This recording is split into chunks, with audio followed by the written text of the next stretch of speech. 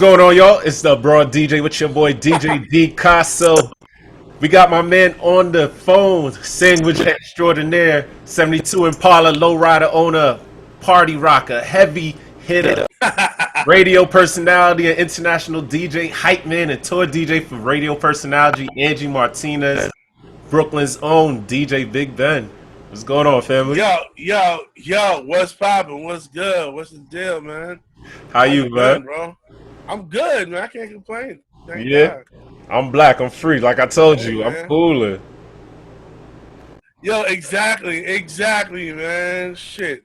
That's why I stay inside, man. I don't want no problems with the cops, man. Yo, say that again. That's crazy. All right, I stay home, man. I don't want to have nothing to do with these cops, man. That's real. God bless them. Do your thing. I'll do mine. That's real. That's real. Yo, so we were just talking. How's Brooklyn right now? How's it maintaining out in Brooklyn? I mean, you know, believe it or not, man, like there were riots and stuff. Yeah. And I seen them like rallying around the precinct and all that stuff. But it's all right now, you know. Like, I mean, I get it calmed down. You know what I mean? Like it's you know. So I think it was a phase. You know what I mean? Like people did what they did and. You know, there's only so much you can do, and it's not gonna, man. It's not. Cops ain't gonna change, man. Cops. I mean, I hope they change, but you know. Facts. Just being realistic. Yeah, man. Facts. Yo, so let's talk about this. So, I've known you for a couple years. You really the big homie. I mean, you one of those people that like. I think I envision myself as being you, and the essence is like. I forgot what club we were in. I came to some club in NY, you were spinning, and you were rocking like the craziest set. You was playing rock, you was playing Latin, you was playing hip hop, you was playing old school. Like, I mean, the way you were bouncing around was crazy. And I only think that only rocks tell truth in New York. I don't feel like there's a lot of other markets that like give you that flexibility. But the way you was doing it, how fast you was doing it, I'm like, yo, this dude's a savage when it comes to that. And too, you was one of the cats that gave me so much advice about like radio life and like, like being smart about radio and you know what I mean, getting in, getting out, doing what you got to do with this. Yeah, definitely. For all of that, I appreciate it. But with all of that said, I feel like I need you to tell me like your journey. So you've been on radio, you've been on Power 105, you've been on Hot 97. Yeah. I was on the station with you. I was on jamming. Facts. You was on jamming with me. Yeah, that's a fact. Damn. So how'd you get into that? Like, just the quick version. How I got into radio in general? Yeah. So I kind of there's this dude named Chauncey Bell. His cousin was Nate Bell, and he was actually a program director. Okay. And his cousin would always come to my party, any of my parties, is like have a great time because it was such a mixture of people. Like that's the thing. A lot of the parties I did, it was always really diverse. It wasn't just like a black party or a white party or a Spanish party. You had it was like a cool, like a kind of like a downtown hip party, but you had. The cool Latin people, you had the cool white people and the cool black people. They all got along. It was no, that was the beauty of it. I gotta say there was no really racism in those parties, and he was able to go. Being that he was black, he could talk to a white chick, he could talk to a Spanish chick, and there was no facts. There was no hesitation. It was a vibe, and he actually brought it. He said, "Yo, you gotta come to this party, whatever." And he wanted to bring the program director, and he heard me. He was just like, "Yo, that dude is rocking." And then like the next week, they brought like everybody from the station. This was actually Power 105. This is like back, I don't know if I mentioned that. This was like Power 105 before it was whatever it is now. Facts. And they brought like Ed Lover came. Who else came? There was a few other people that came from this. And it was like, yeah, we know of them. Put them on. Okay. And pretty much the week after that, I was on radio. Okay. Yeah. That's dope. So you've been able to be around a lot of different, like, powerful figures. I mean, you really think about it. You toured with Angie. I mean, you've been around Who? Styles, you've been around the locks. You've got pictures with everybody on the gram, everywhere on Facebook. Have you ever had those moments where you've just been like starstruck at all yet? Not really, nah, because my era of stars for me are different. Like I look at like Prince. Well, I didn't meet Prince, but I actually got to like I snuck into one of his rehearsals, Okay. and I was like the only one. It was him, his band, and me, and I was a little starstruck there. But it's like that. I mean, like I always wanted to meet Michael Jackson. Right. Like that's my stuff. Like the people nowadays. I guess I'm not starstruck because I've seen them like come up. You know what I mean? I kind of I you meet them when they have their first single and they're trying and it's like they're humble, they're super nice, and then you see them grow into this huge like pop megastar, and Right. it's like I met him, he was cool, and it's like so you're not really you see them on the bottom and you see them on the top. Like a funny one is Chris Brown. so I don't know. You know Puerto Rico Rob, right? Yeah. Yeah, he's like super OG, like with this shit. So when he was working at Jive, he actually had Chris Brown in his office right before. It was like right before they signed him, or they just signed him. He might have just turned 15 or something like that. Okay. Little kid, happy, smiles on his face, and Puerto Rico Rob's talking to him like a piece of shit. Like, yo, come here, motherfucker, come here. Like, yo, play him your record. Play him your record. Play him. And he goes, he plays the record, and he's like there dancing for me and like singing for me, and it's like like he's doing a show for me. Right. But then here comes like 10 years later or 15 years later, this dude's a mega star. He would never remember that, but OG. so like I'm sure you have a bunch of experiences like that. When they come, they come to the station and like trying to like service their first record, and then they become like these mega stars. Nah, that's a fact. That's a fact. That's a super fact. Yeah, man. So let's talk about that. You've been around seeing these people grow and become super artists, right? So let's talk about the artists in general. Do you think there's any pitfalls that these artists, new artists, anyone looking to get on, needs to try to avoid in general? I don't know. I mean, because there's not. I mean, only pitfalls right now is just getting in trouble with the law, pretty much. But and not even a pitfall because I feel like it makes them cooler because they're in trouble with the law and that's what they want to see. So I don't know. I can't really, only pitfall I can probably say is just watch out for shady business people. That's all, because that's where you could really hurt yourself. Watch out, watch the contracts you sign. When you're young, and sometimes it might look good, but then when you're 5 million records in, and you're like, damn, why did I sign that? That's a fact. That's a super fact. So thinking about that too, just thinking about the artists, them being on stage. You touring with Angie. Was there any lessons that you picked up on the road, just being behind her? I mean, I'm assuming then that's when she had like the "If I Can Go" record out and that kind of shit moving. When she tried to do the be an artist versus the personality. Yeah. You feel me?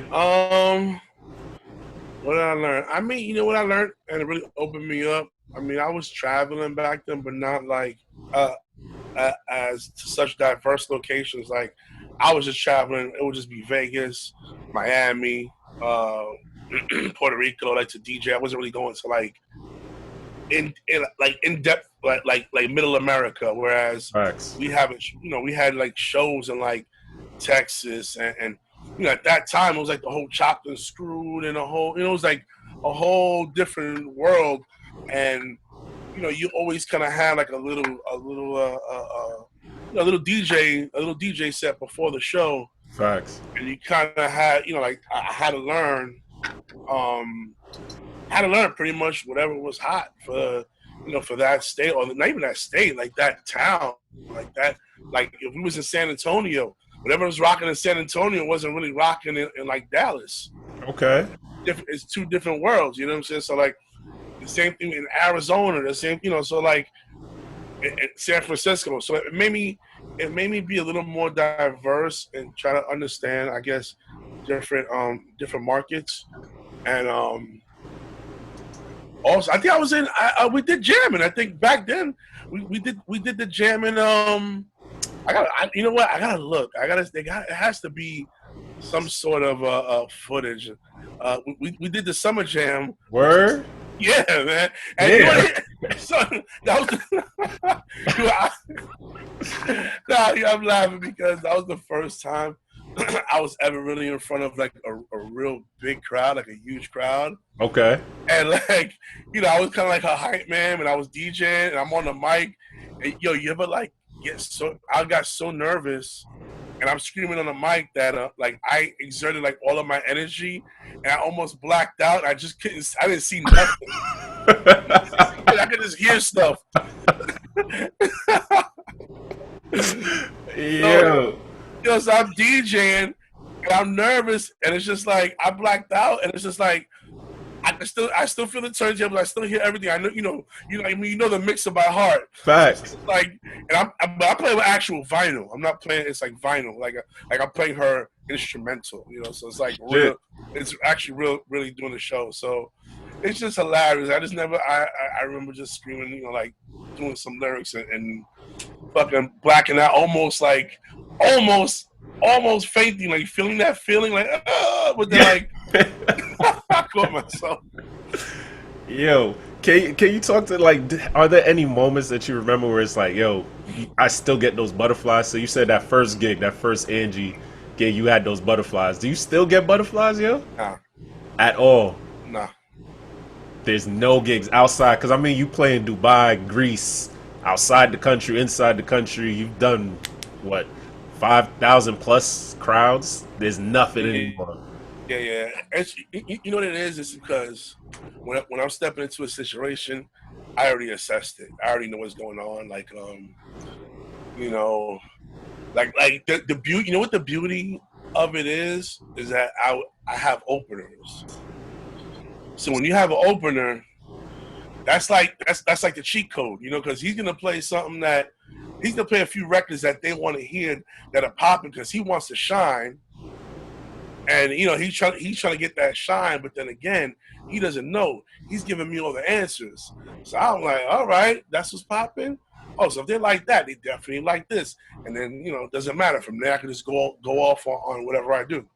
Okay, so you don't feel that openness could burn you? You feel like you're in that place? Not at all. I think when it comes to DJs, especially nowadays, like you said, the new cats that want to come in and take the cheaper amount of money, they're like, yo, this is my time to shine. I got to play the bangers. I mean, there's probably 30 people in the club, but they got to play the bangers. And then the closer comes and he's like, yo, you just took the records I'm supposed to be playing. You feel like there's an etiquette you're supposed to learn or something like that? You just like fuse. I mean, there is an etiquette you should follow, but I mean, a real experienced DJ doesn't, doesn't. I mean, it doesn't matter to the most part. Like, it doesn't, because you can have one of those crowds. I mean, you know what? Honestly, let's say like if you have an opener on, right? Yep. And you're getting on, you have enough time to reset the room. Sometimes you don't. Sometimes you have promoters that are assholes, and they just want to hear the new stuff right away. And it's like, yo, he just got finished playing that, and they want you to play it again. And that'll kind of mess up your set, or like mess up your vibe, because it's like, I'm not ready to play this, and we don't need to play this right now because he just played it. So it sounds crazy.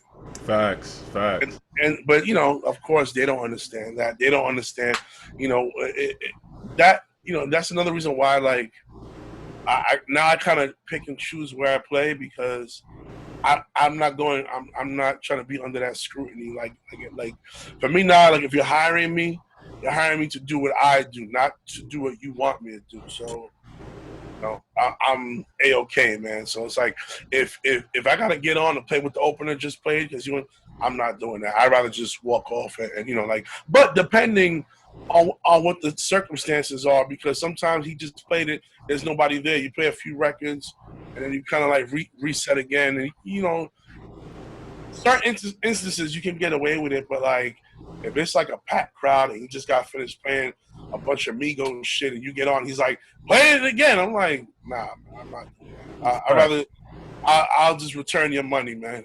It's a refund. I go home. So let's talk about exposure versus payment, right? So I know, like, doing a lot of radio things, I'm assuming you had to do it too early on, where it's like they will send you to places and you'll be DJing, and you're not getting paid for it. And I think a lot of people don't know that about radio. Well, no. On my end, yep. I thank God I know I guess New York is different because the radio doesn't have as much control with venues. So the only time, I got paid. So the only time I got sent somewhere to play is we would do like some live remotes. Okay. And I got paid for that. They would pay us. They have to because they had sponsors and stuff. And also like I did like a live, like the live club broadcast. Okay. We got paid for that too. But other than that, like they wouldn't really send us anywhere to go DJ because that's one thing I can say that's really good about, I guess. Yeah. Like New York radio. That's real. So I think that's definitely a big difference because at least for me, I mean, as the DJs on there, and I know a lot of people don't know this, is that we don't get paid until we become a personality. And then even once we become a personality, it depends on what time slot you get. If you get that morning, that afternoon, and sometimes that like late night, hopefully. You know what I mean? So it's like, that's crazy. So I was just going to say to that, like, at least for me, in the beginning, I had to go like do a little couple gigs every once in a while. I had to prove myself to the station in that essence, right? Yeah. And like that was more for exposure. So I was gonna get to, is there any moment where you feel like, or any point in your career where you were doing gigs just for the looks and you felt like that was better than the payment? I want to say I don't know if it's look because I never really went for the look per se.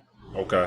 I just DJ'd pretty much wherever it was. I got hired. I wasn't. You know what? I gotta say this. I think in my time, there was no such thing as a look. It was more just like you were like known in that crowd and they would hire you.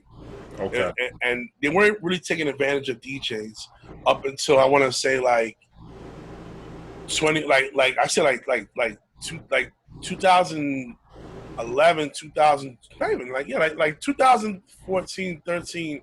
I started seeing them really take advantage of DJs. Okay. I never got taken.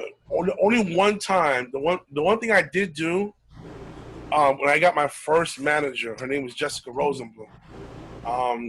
She used to manage DJ Enough. She managed MOS. She was the one who really made Flex into a star.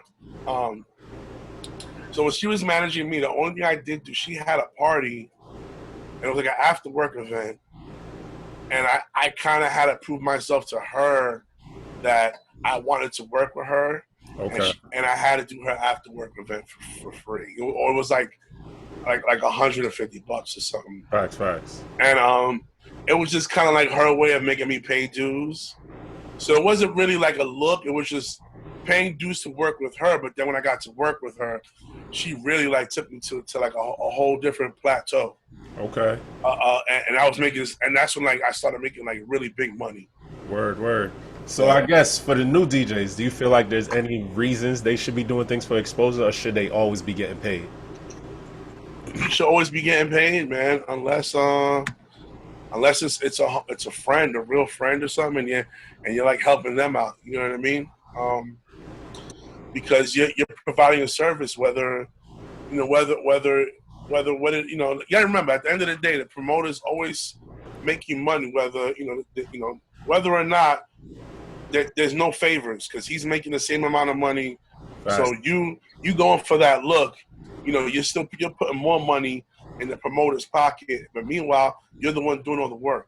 So you got to understand that, and a lot of these promoters will also want you to try out in a room or make you pay your dues in a room and never give you that look. You know what I mean? So that's another thing. So you got to kind of pick and choose your battles. Facts, facts. So let's talk about paying dues, right? Because I feel like in your era of actually using vinyl, Yeah. like everybody had roadies, so that's kind of how you paid your dues to the DJ. So you carry somebody else's vinyl, they give you opportunity when they got to go to the bathroom to jump on real quick, and hopefully you do your thing, right? Yeah. Well, at least that's how it was for a while for me. You know what I mean? I feel like now people are making people pay dues by again working for free or making them run around and do odd jobs, kind of shit like that. Oh yeah. Do you feel like that idea of paying dues is still relevant or necessary? I think so because you have to build relationships. You know what I mean? So in order to get around certain people, you have to kind of like be co-signed from somebody else. And once like again, like so my one of my best friends right now, his name is DJ Shortcuts, right? DJ from out here. He's Facts, my facts, he's savage. like yeah, he's one of my best friends, whatever. So I've known this guy for years. I never paid him no mind because he wasn't co-signed by anybody I knew. And I'm the type of person, I don't let nobody around me. I don't let nobody in just because I'm private. Facts. So never, like I might have DJed with this guy a bunch of times, and not that I was mean to him, just didn't pay him no mind. Just was like, hey, what's up? Watch out, I'm here to DJ, Facts. But so DJ Quiz, right? Yeah, yeah, So yeah. so it was DJ Quiz who was like, yo, I'm with my boy Shortcuts, and I'm like, sure. That sounds familiar. So, meanwhile, I met this guy like 9 million times, but Facts. it's not me. It's just me not paying attention to somebody because I'm just weird like that with people I don't know. Facts. I'm well guarded. So he came through Quiz, and to me Quiz was my friend.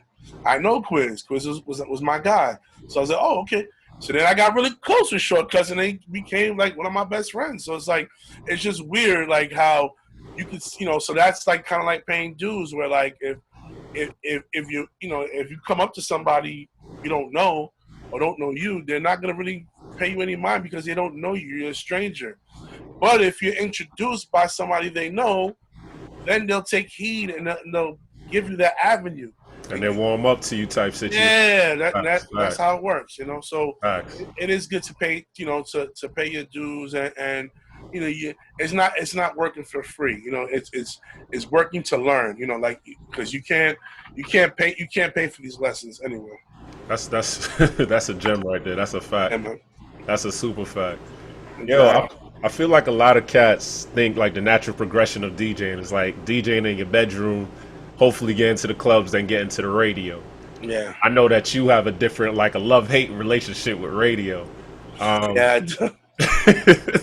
Um, can you tell, like, just talk about like some things for people to consider when it comes to radio, at least in relationship to your like career? All right. So everybody thinks radio is like the epitome, the top of the food chain when it comes to like being a hip hop DJ. It isn't. Um, a lot of DJs on radio not making money. They're still struggling to get work. Um, you don't become Felly Fell. You don't become Camilo overnight. There's not a lot of room. Um, it's rare and far few in between when they do let somebody in because it's all politics. So, it, but like I guess for a young DJ coming up, it's a goal. It was never one of my goals. It never something I aspired to do. It fell in my lap, so I did it. And same thing with clubs. And I never aspired to do clubs. I never aspired to even become a DJ. It was just something I knew how to do. Fact. And yeah, so so like radio, and then when you get on radio, there's rules. There's rules and regulations. So you think you're gonna get on and play all these hot club records and hot joints, and they hand you that list. And then when you get that list, you're like, but yo, hold on, man. I gotta play this. Shit ain't rocking like that. This is slow. This is kind of not. You gotta play it. It's a corporate entity. You know what I mean? It's not about you. They don't care about your skill. You got on radio because hot for or somebody needed you for something. Right. Trust me when I tell you that. You know what I mean? Either you knew somebody or they needed you for something. That's the or that's the only way you got on. You know what I mean? Yeah. Or so a lot of these kids, they aspire to do it. I'm trying to think. Like, there's a lot of DJs who like maybe didn't know anybody, but they became so hot in the clubs and had a lot of control in the clubs, and that's how they got on as well. So it's like, made sense. It just made sense. Yeah, it makes sense. So you being there's a million incredible DJs. I suck compared to some of my friends that are DJs, but so it doesn't rely on skill. It's your marketing, your promotion. It's who you know, who likes you. So, it's not like don't like people get discouraged and they think, it's like, it's not about that. It's like, what do you bring to the table for the person putting you on? It's always like that. Don't ever think that you're hot enough that they're going to put you on unless they really need you. And the only person I've seen so far that's happened to is like Spin, DJ Spin King. Oh, hell yeah. Hot. He's just so hot. He's just that dude. So it's like he's like a hot commodity. Right. Unless you become a hot commodity like that, that's when, and that's like, out of all these years, who else has done that? Not. And then on top of him being a hot commodity, they put him on only once a week. Facts. So he's not getting a check.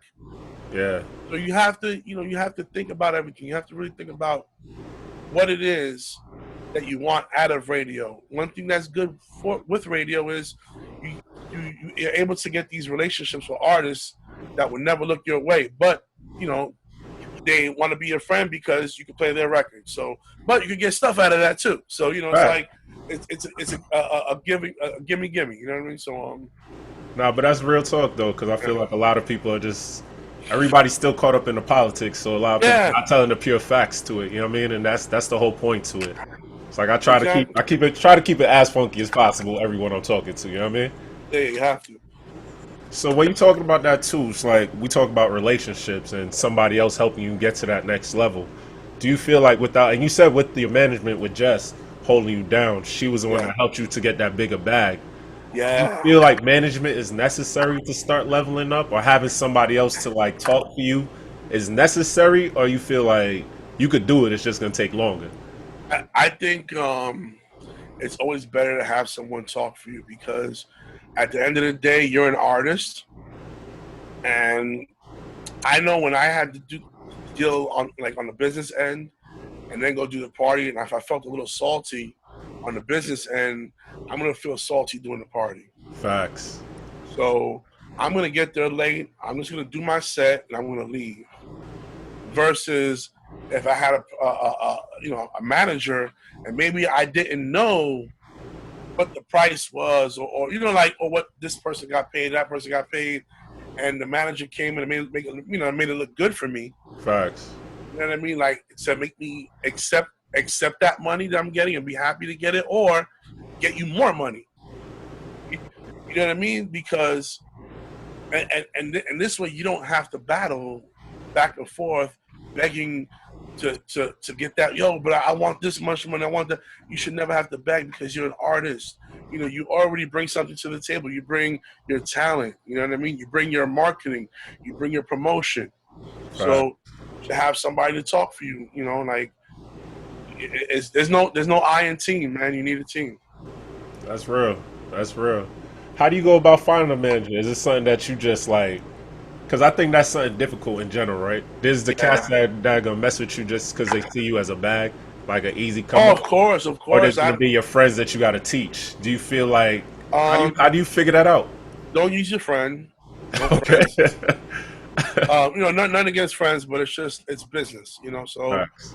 You have to find somebody that's within the industry that knows everybody. You know what I mean? That and another thing too, it could be somebody that so for instance, who would make a great manager I think he managed to. You know Niles, right? Everyone, Yeah, you know, yeah. Niles G. and now there's another one of my great friends. Facts. He would make a great DJ manager. You just gotta like kind of, I guess, convince him to do it. You know what I mean? He used to manage DJ Yanni. Oh, But I do remember that. Yeah, yeah, yeah. yeah. So, but he's a great manager. You know, Yanni again. I think the relationship between him and Yanni was a little difficult, and you know, you also have to listen to your manager, and because he knows best. Facts. But somebody like him, he has a great a great reach within the industry, so he can get you into places that let's say, oh, my friend's gonna manage me. Your friend is in a worse position than you because you know everybody. Your friend don't know nobody, but your friend could be like your crate carrier or like somebody that the guy that stands next to you, Yeah. and build those relationships, and then you kind of like coach him into doing something. But it's always good to reach for somebody outside of your circle, because if you already have your circle already, you don't need anybody within your circle to help you build this within your circle, because you can do it yourself. So you always reach out for somebody that's not in your circle, because you know what, they're gonna help you gain a whole new audience. Facts. That's a fact. That's a fact. So talking about the idea of like loyalty, because I know at least for me, I'm huge on loyalty, but I feel like it's very short and few.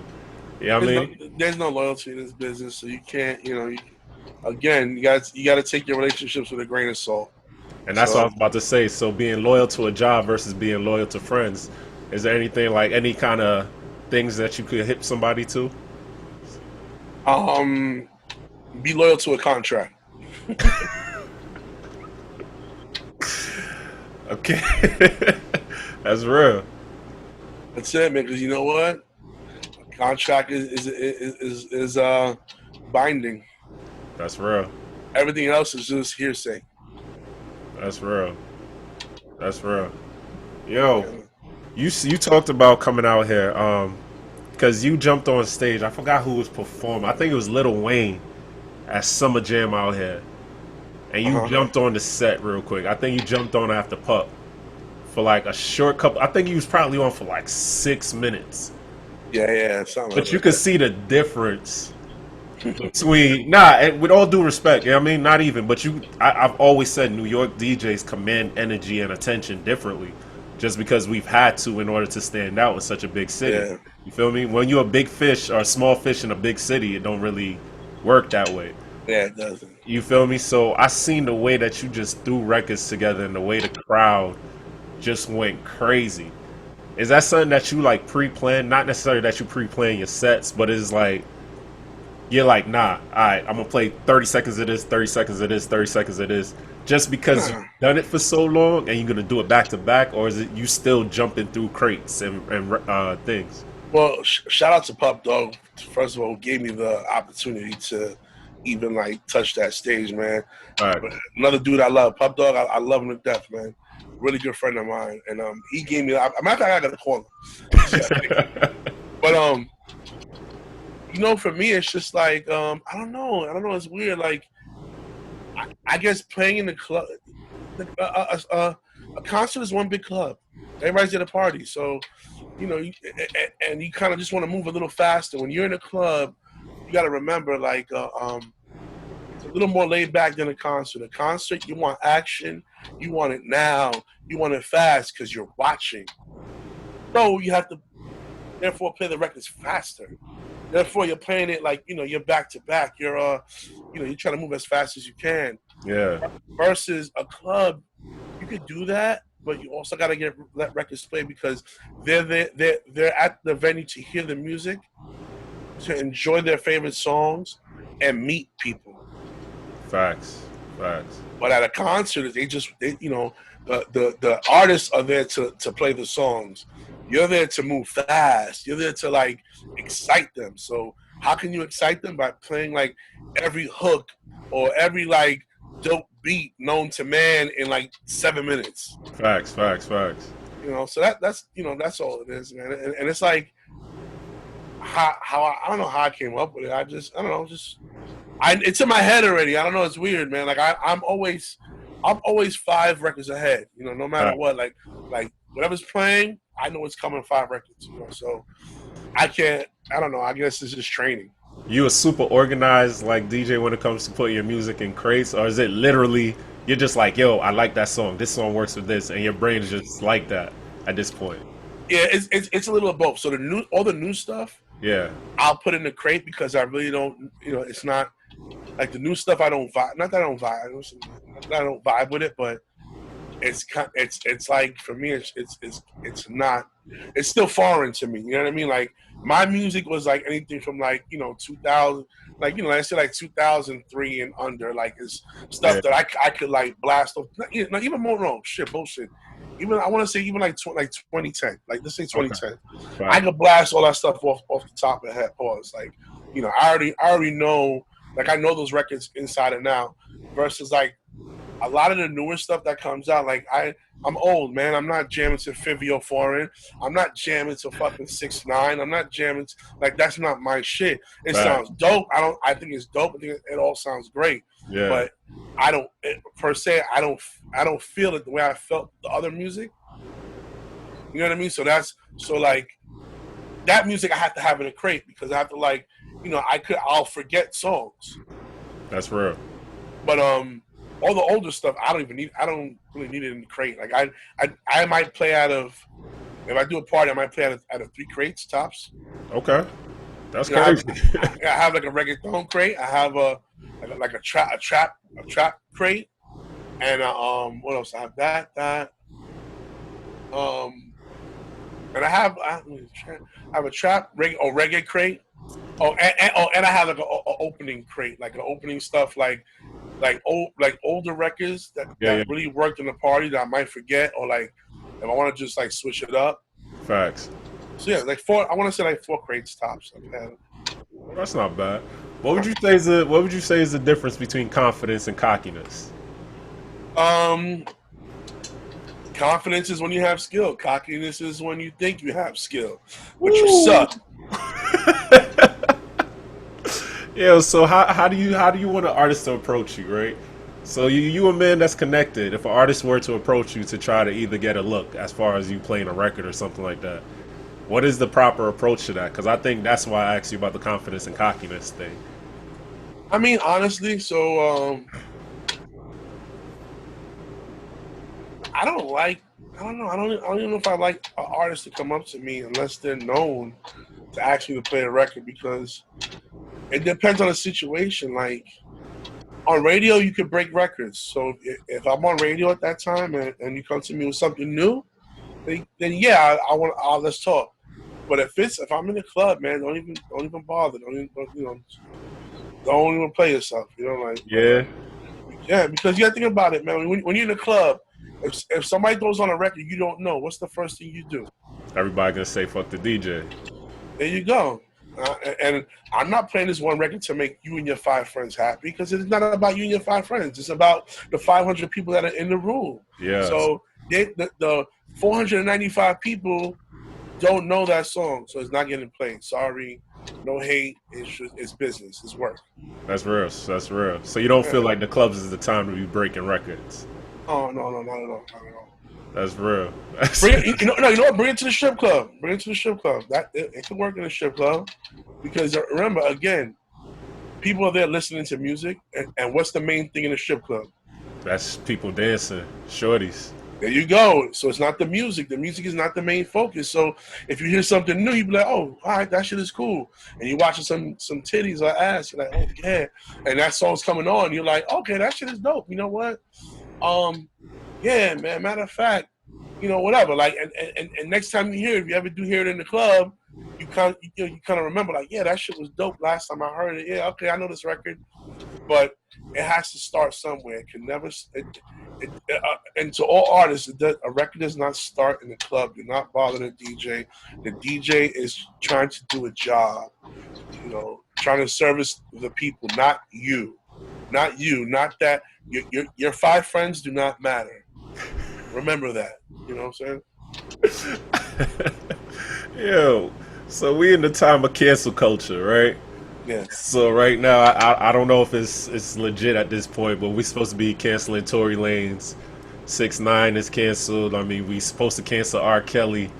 Um, how do you feel about that? Like that separation where people are getting, where their personal life is reflecting on their music. I think it's terrible. I think if they make good music is good music, no matter what. I mean, if you don't like them personally, then it's then like if it really affects you that much, then don't listen to their music. But I mean, I think I have no problems with 6ix9ine. I could care Yeah. less. I have no problem with R. Kelly. I could care less. Tory Lanez, I could care less because I don't know them. You still playing in the club though? I mean, I'm not DJing at all.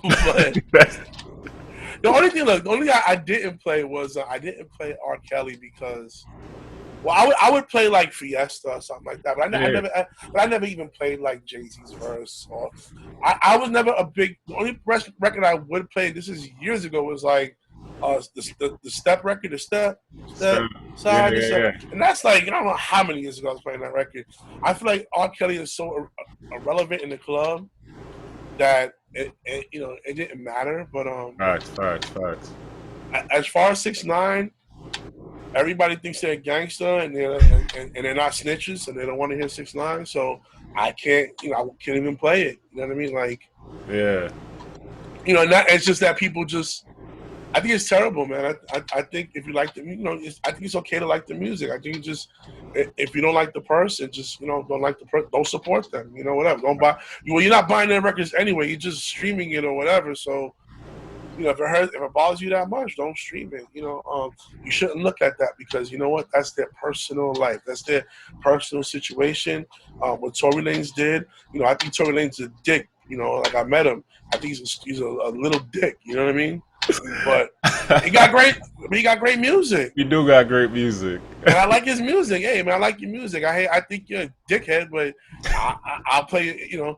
Look, as long as it works in the club, I'm playing it. I have no. I don't care, man. So you separate the personal from the music, man. Yeah, man. That's he's not my friend, so I don't know him. So.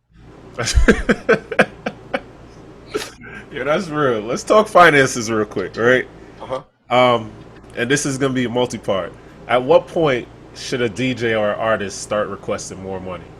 Is it based on just time? Is it based on talent? What would you say? I think it's based on your audience. If you're bringing an audience to the club, Yeah, and they come to see you, then it's time to step up your pay because now you're a commodity. If you could be the greatest DJ in the world, man, but if nobody's coming to see you, it doesn't matter. facts. That's a fact. Yeah.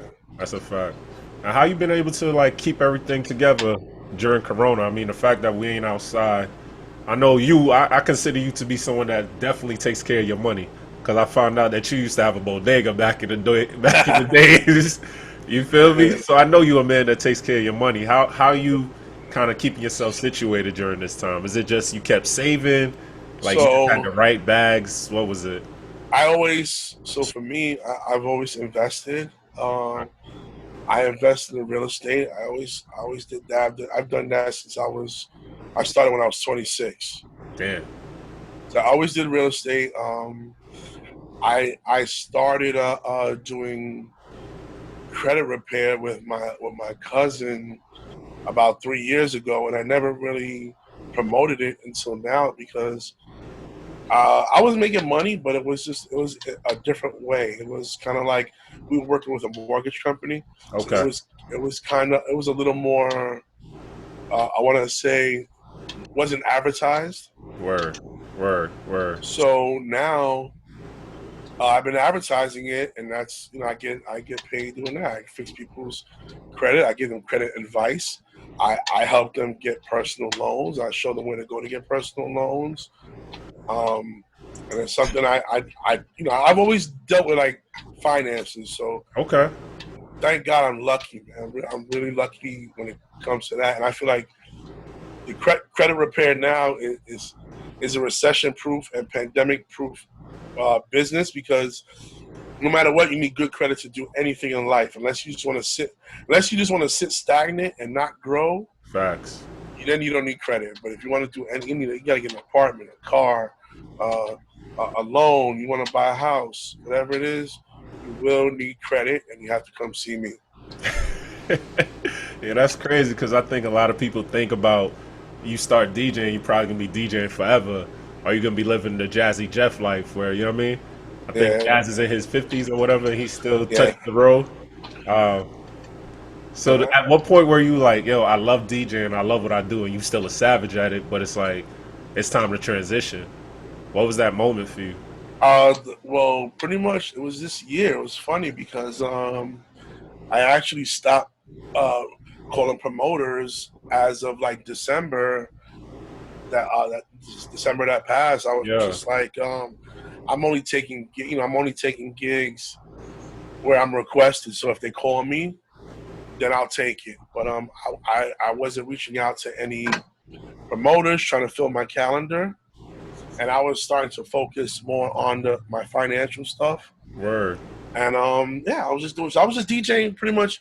It was funny. So like I was away actually for the end of December and pretty much the most of January. I went away, and when I came back, I was back for about, I think before this stuff started, man. I got back like the third week of January, Okay, and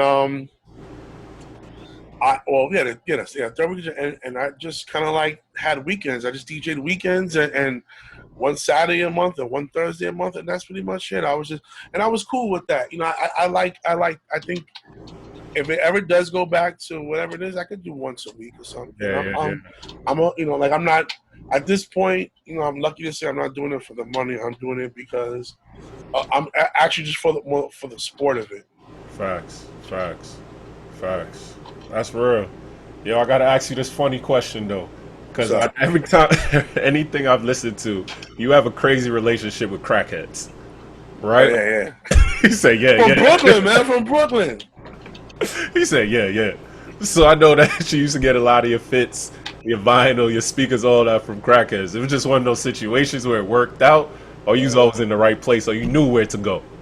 I love the crackheads, man. Nah, they can, you know, they know who everybody is. They know who you are. You know, Yeah. what I'm saying? They know, oh, this dude the DJ. I know if I steal these speakers, I know he'll buy more for me. I got one right now. He's actually the super of one of my buildings. What the hell? Yeah, he takes care of my building, man. He lives in my basement. He takes care of my building. You know, like That's real. yeah, but he's always, you know, he's there 24/7. You know, you ain't gonna pay. That's the thing. You think about it. Anybody like let's say I hire somebody, you're Right. not gonna be there 24/7. He's there 24/7. I call him 4 in the morning, 3 in the morning. Yo, this is going on. Go, I need eyes over there. Go look, see what's up. He's gonna Yeah. be my eyes. He gonna tell me what's up. So, and you know, it's gonna be for cheap on the low. You know, Yo, I love you, bro. You are so New York, though, sir. nah, you got. Look, man, you gotta always respect the crackhead, man. Nah, that's a fact. You're the crackheads. They're like how do I call it? Like what's that called? Like a little helper elf or some shit. That's what they are to me. I look at them little helper elves. You get one, and if you get a relationship with them, they help you, man. They're good. You give them money Yeah. for crack or whatever, and then you get your money's worth. Yeah, you know. I had my man change your faucet for me, man. I don't want to change the. I was like, I don't feel like changing this fucking faucet. I give him $20 and I give him the faucet. I said, yo, go put it in for me. Oh, I You know put why I it fucks with you, bro? You one of the rawest people I know because you tell shit like, nah, and that's real shit, man. You tell shit as it is, like, ain't none of that shit, and I fucks with that. I appreciate you for Thank that. you, thank you, Bro. man. That's a super fact. Is there anything particular you feel like you want to tell us a lesson that you feel like, yo, if you knew earlier, it would have helped you move a little bit better in this situation or move better in the game that you feel like these new cats need to hear? Just watch out with loyalty. Unfortunately, I feel like loyalty in this business is gone. So watch what people say and watch who you align yourself with, because they could be your friend one day and be your enemy the next day. That's a fact. That is a fact. That's a major fact. Yo, big bro, I appreciate you, and I ain't trying to keep you and take up too much of your time. Don't worry Yo, about it. y'all already know what it is. It's the abroad DJ. I got my big brother DJ Big Ben. It's DJ Yes. DCaso. We out, baby. All right, man.